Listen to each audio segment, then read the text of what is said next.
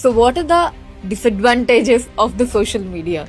Disadvantage అనే కన్నా what not to do చెప్తాను నేను. చాలా మంది చిన్న బిజినెస్ ఓనర్స్, షాప్స్ ఉన్న వాళ్ళు, గిఫ్ట్ సెంటర్స్, వీళ్ళంతా ఏంటంటే సోషల్ మీడియా అంటే నాకు ఫేస్బుక్ ప్రొఫైల్ ఉంది అదే అనుకొని వాడు బిజినెస్ గురించి దాంట్లో వేస్తాడు, వాడి కొడుకు బర్త్డే చేసింది కూడా దాంట్లో వేస్తాడు. సో బిజినెస్కి బిజినెస్ పేజ్ పెట్టుకోవాలి. తెలియక నేను ఎవరిని తప్పు పట్టట్లేదు. బిజినెస్కి బిజినెస్ పేజ్ పెట్టుకొని బిజినెస్కి రిలేటెడ్ ఇన్ఫర్మేషనే, మీకు కొత్తగా స్టాక్ వచ్చింది, మనకి కొత్త స్టాక్ వచ్చిందండి, ఇది కొత్తగా, లేదు మీరు ఏదైనా ఆఫర్ పెట్టారు, ఇది కాంబో ఆఫర్, లేదు ఎవరైనా కస్టమర్ వచ్చారు, పలానా దూరం నుంచి మనకు కస్టమర్ వచ్చారు.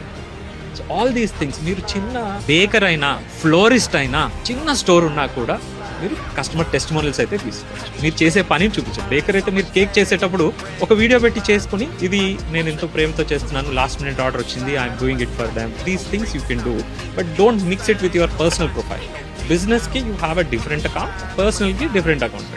నువ్వు ట్రావెల్ చేసింది, నువ్వు గోవా వెళ్ళింది నాకు అవసరం లేదు. I'm following your page because I'm interested in your product or service or your business. So అది చేయకూడదు, ఇది చేయాలి.